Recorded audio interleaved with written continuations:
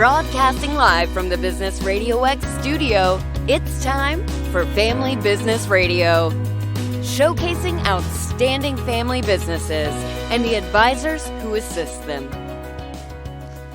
Good afternoon. You're listening to a special episode of Family Business Radio. We are celebrating our 50th episode here.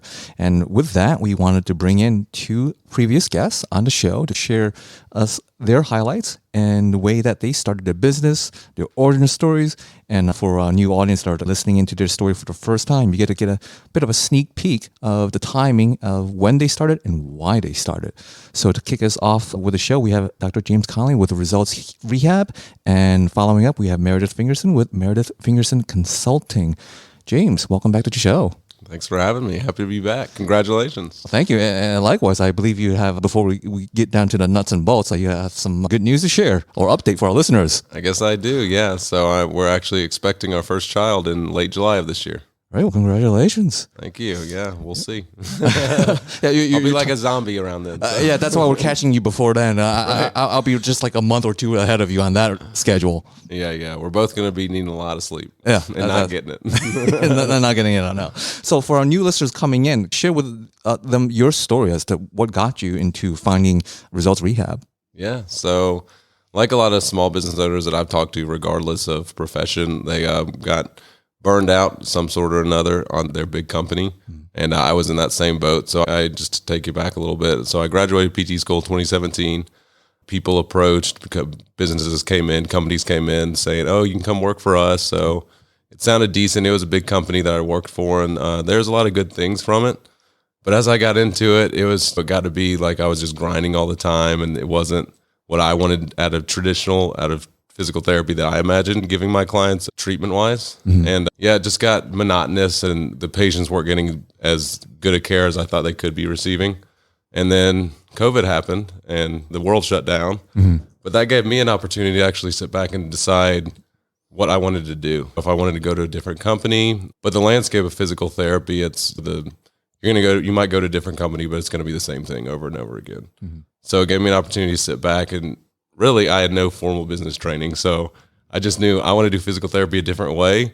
How am I going to do that? So went down like anybody does, gets on Google, Facebook, and tries to figure out how to do this better. Mm. And I found out there's business coaches that have actually grown and sold their own physical therapy practices in a different model, not a traditional insurance-based model. So what I do is cash-based physical therapy, and I started my own business in April of 2020 doing that model. Mm-hmm. And it allows me to provide care more personalized without hindrances of a lot of insurance companies and more personalized care.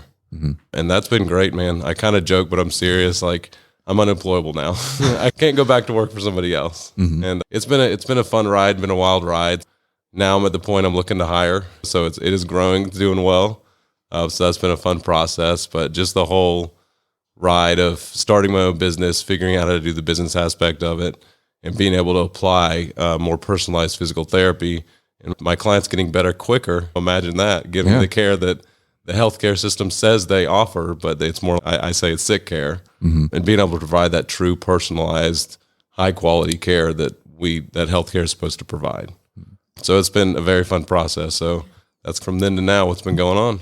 Yeah. And then, of course, you mentioned it started in April of 2020. It's not like anything was happening in that world. And that's a share with the audience. For a lot of listeners who are on the fence in starting out their business, of course, there's all the risk involved.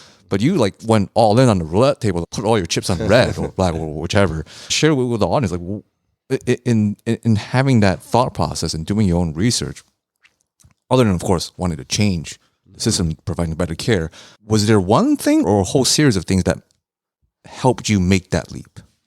Yeah, so I would say it's a whole series of things. So part of it too, one, yes, I want to provide better care, but to your point, starting a business is risky. For me, it's a calculated risk, right? I thought about it.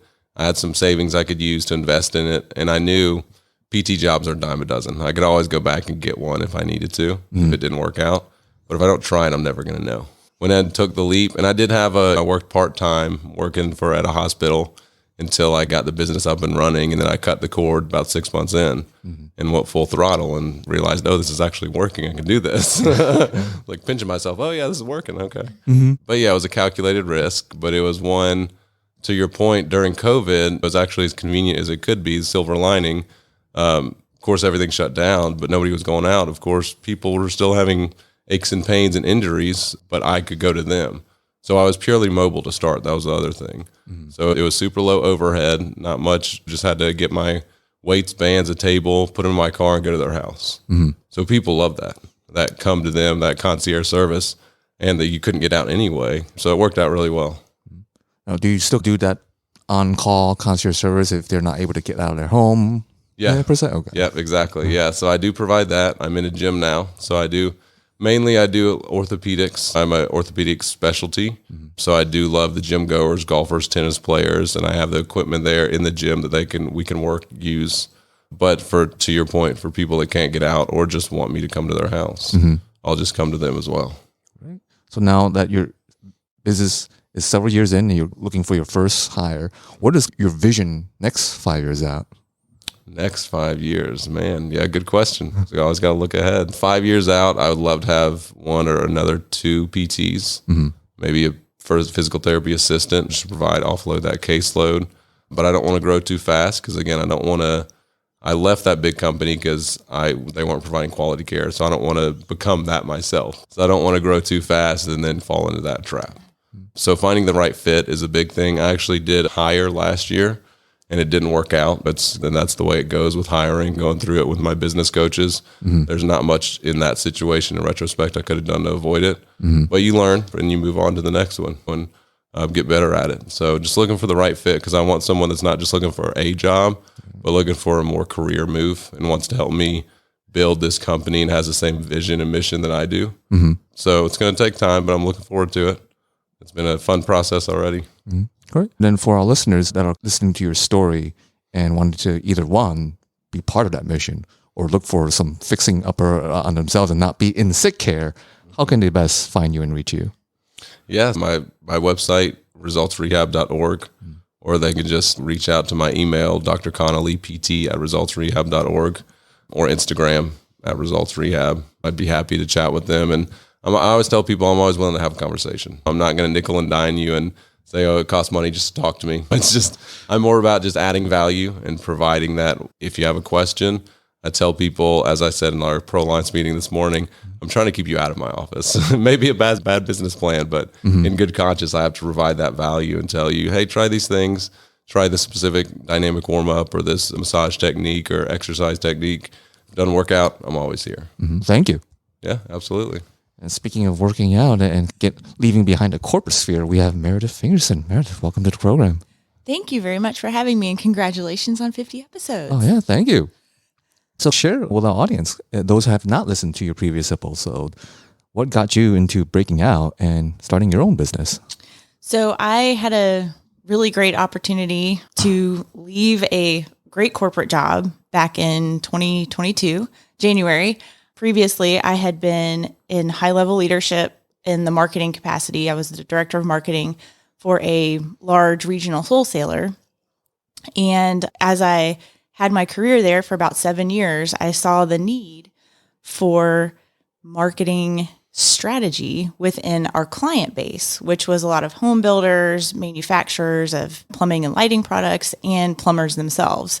Our business did a great job at marketing ourselves, but our clients were always coming to us, hey, how can we do better? How can we grow our business? So I founded my consulting business on helping them develop strategies for the local market to target consumers, B2B2C. So 3 days after I left, I got a phone call from one of my former clients who said, I was waiting for you to leave so that I could hire you. Wow, that's a testimony. So within 3 days of me leaving my former company and walking into this new venture, I had my first client I'm still working with him today. It's very exciting. And then several months later, as a business owner and new business owner going out on your own, you think, I have to take every single job that comes to me in the beginning. And I did that. And I look back and I go, at that time, it made sense. But as my business has grown and as I have learned what I'm really good at, it wasn't executing on the marketing plans that I created. It was actually developing the strategy and developing the plans for the businesses and helping them to execute using referral partners. So over the last 6 or 8 months or so, I have transitioned from doing all the business that I can to really strategically looking at the businesses I'm working with and becoming a fractional CMO for them. Mm-hmm. So doing more of the high level strategy, putting together how they can market, who their market is, and working with external partners to do the social media, to do their advertising and managing that for them. So that's been really fun to learn and explore and find out what makes me happy, because that in turn, I can do a much better job for my clients. Mm-hmm. So for those who do not know, can you explain to them what is a fractional CMO and what do you do? So fractional CMO is a new thing. A lot of businesses have hired and understand what a fractional CFO is, which is a financial officer, financial expert that can come in and help them do their financial planning and understand how finances are impacting their business from a part-time kind of standpoint. So you pay them hourly for that. On the marketing side, it's new. And that's what I do for businesses on the marketing side. So they would come to me, say a small business that wants to grow into a medium-sized business, would look at, okay, what are all the marketing things I'm doing? Do they make sense? Is it working? Is it not working? How do I understand how all of these bits and pieces work together for a holistic marketing strategy? And in many cases, they have signed contracts with this agency, they're putting this ad in a magazine, and they are spending a lot more than they realize for very little return. Because it's easy for an agency to walk out and say, hey, Mr. Anthony, I want to do all of your marketing. And then as you get into that, there's no strategy behind it. They're just putting out ads. They're doing this, they're doing that every month, and you just keep paying them. But nobody's looking at why you're doing it. Is it reaching your audience?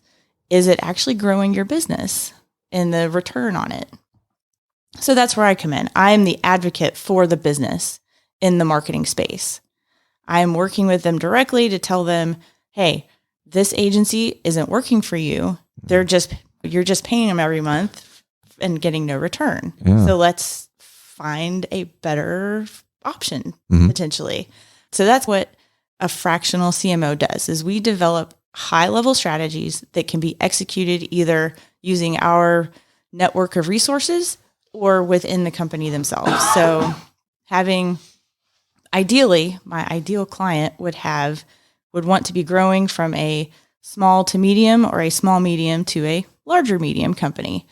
They would have a pool of resources to use, but maybe not have marketing leadership, but maybe have someone on staff doing minor marketing tasks. So I can help direct them as well. So that's what I do in a nutshell. It's a 10,000 foot. It's a view. little, yeah, pretty much.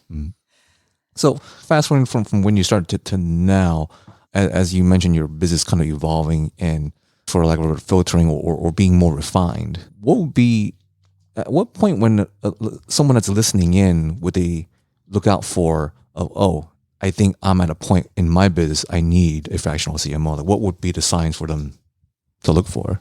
So one of the ways you know that you might need somebody is if you're trying to scale and trying to grow your business and you feel like you have a very disjointed brand or a marketing plan, or you don't have one at all. So let's say somebody who's trying to scale from 500,000 annual revenue to $1 million.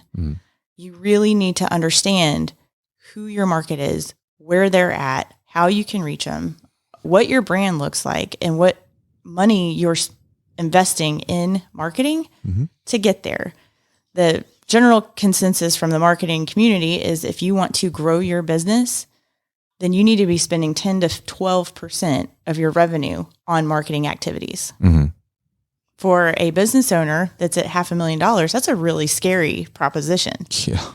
because they're probably running on very thin margins. So you want to make sure that you are getting the best bang for your buck there. And most agencies don't necessarily have that in mind. They have their bottom line, whereas a fractional CMO would be working as the advocate for that business owner to show them how they can scale and do it economically. So it almost sounds like if I'm working with, say, an agency per se, they're not necessarily looking at the full big picture. It's just project base. Is that about right? Yeah, many times it is. There are agencies out there that tell you they can do everything. They don't necessarily can do everything, but they say they can. And one of the beauties of a fractional CMO is that we have worked with agencies. We have worked with specialists who do emails, who do social media. And so we can pull from our resources to fit that exact client need. I have agencies I work with for one client that I would never send to another client. And it's just because of how they work and what they need. Yeah. Then for our listeners that are listening in and sharing, or on the fence rather, of am I at the growth level yet to warrant a fractional? Because that the whole title itself, they might be thinking, oh, if I'm hiring a C-suite exec, oh, I got to pay all these 6-figure bonuses and stock options. No. I'm assuming that's not like crazy. Nope. Okay. No, it's a very straightforward. Generally, I work off of a proposal, and it's based on how many hours a month that I might be needing to be in your business and working. And a lot of times it starts where we are doing more. And then as the business continues to grow and things are working, I may be in your business less. So that's how a fractional would work, is that you need them, you use them when you need them. Good to know. So for that, now that they're at least alleviated, I don't have to spend the 6 figures and give stock options to have a C-suite tiered professional working my marketing, or at least even finding out if my marketing plan is even working. How can they best reach you? So you can always get me on my email. It's meredith@mfmarketing.com, or you can go to my website, which is mfmarketing.com. Well, thank you. Thank you. Now, for kind of the section of what we call the universal questions to bring our guests back. But once I ask the question, I would always give them an opportunity to think over their answer. And then, of course, this is the obligatory legalese section of the show. So going with the theme of the show, celebrating the 50th episode, along with bringing our guests back, rewinding the hands of time back. So the first question would be, what advice would you give yourself when you were starting out, knowing what you know now? That's the first. And then the second is, what client story or event that has transpired in your business that really solidified your decision of, yeah, I made the right choice going out into business for myself?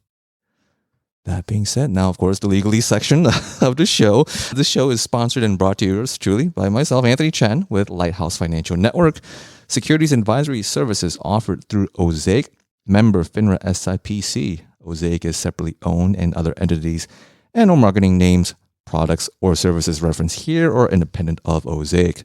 Main office address is at 575 Broad Hollow Road in Melville, New York, 11747. You can connect with me on LinkedIn. It's just my full name, Anthony Chen, or email, which is again my full name, Anthony Chen, CHEN at LFNLLC.com. Bring our guests back. So again, the two question was, what advice would you give yourself knowing what you know now when you started? Followed by, what client story or event that has happened that solidified your decision? Yeah, I made the right choice. James. Good question. So I would say for the first one, the advice, don't be afraid to fail and don't be afraid to get help. And when I say that, I think about me when I first started. I did it all myself to begin with. It probably took me about 6 months or so to get actual business coaches. And part of that was finances. And I think I did it at a decent time, but I think people drag their feet too long and they try to patchwork everything and go along and figure it out. But get people who have been there before. I would say humble yourself, and you don't know what you don't know. Right. And even when after I hired my coaches, I got in there and, they know what they're talking about. And they told me, no, probably don't start Google ads yet. What did I do? I started Google ads. So not only hire the coaches, but follow their directions. Those that have not seen in the studio, Meredith's like making facial expressions. Oh, no. Well, we'll get to you. So I found that out the hard way. All right. So actually follow their advice and probably get somebody, a fractional CMO like Meredith. But not only that, so get good coaches and follow their advice. Mm-hmm.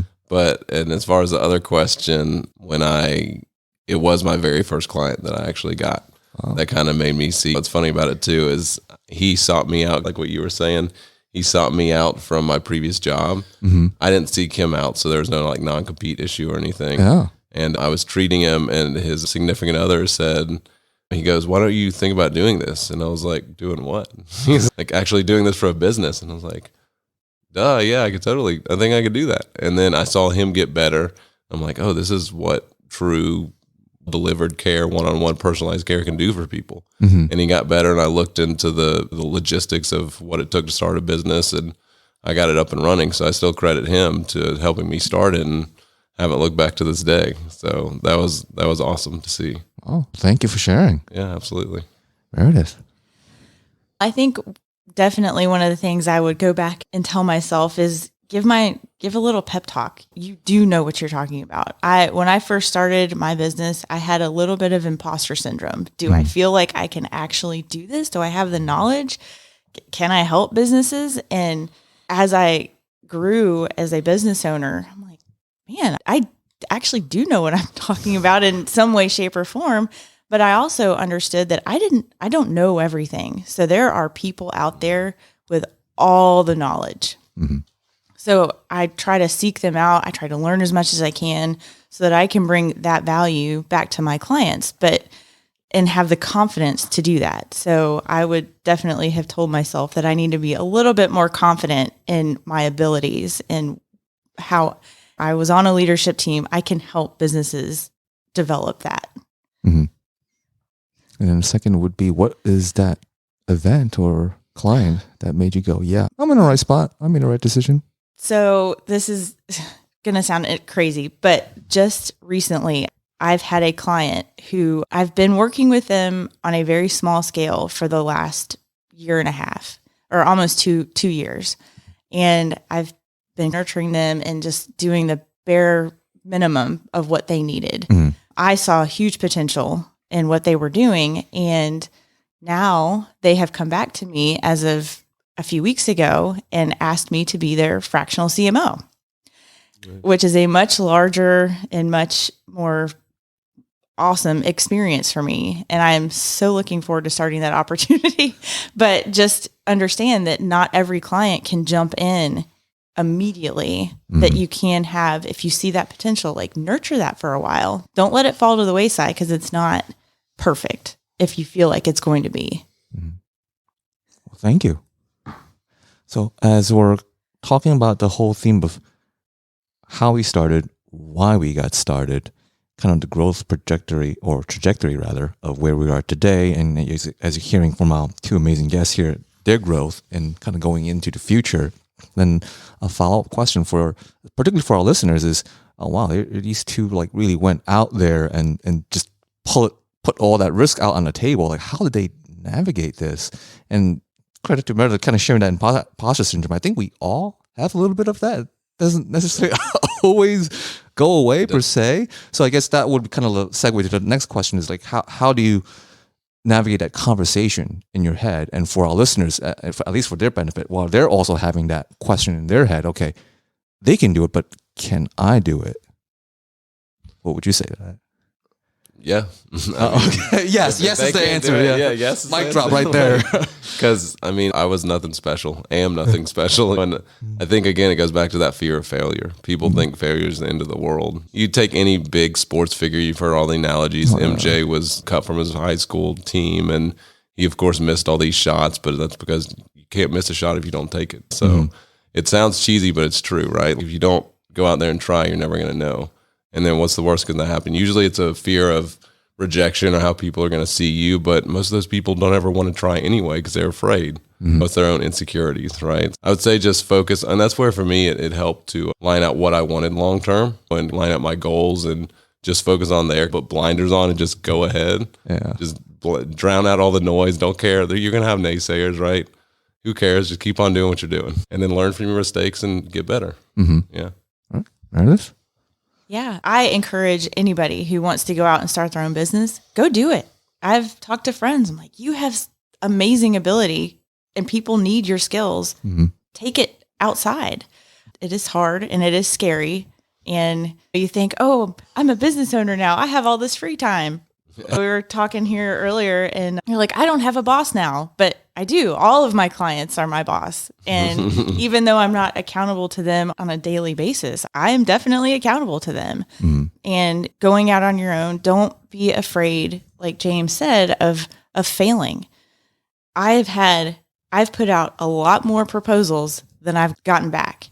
And it could be that business wasn't ready yet. They didn't know what to expect from a fractional CMO.